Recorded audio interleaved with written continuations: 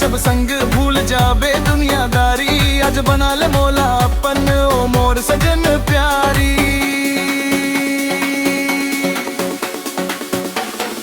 आजा तोला रंगे रंग मरंग हूँ ओ मोर माया वाली, आजा बना हूँ तोला मोर दिल के रानी। तोला रंगे रंग रंग मरंग हूँ ओ मोर माया वाली, आजा बना हूँ तोला मोर दिल के रानी।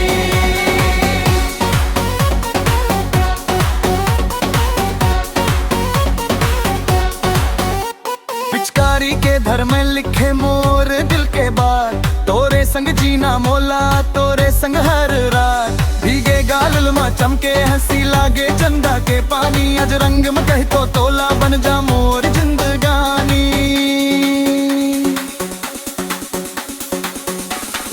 आजा तोला रंगे रंग मरंग हूँ ओ मोर माया वाली, आजा बना हूँ तोला मोर दिल के रानी। तोला रंगे रंग मरंग हूँ ओ मोर माया वाली, आजा बना हूँ तोला मोर दिल के रानी।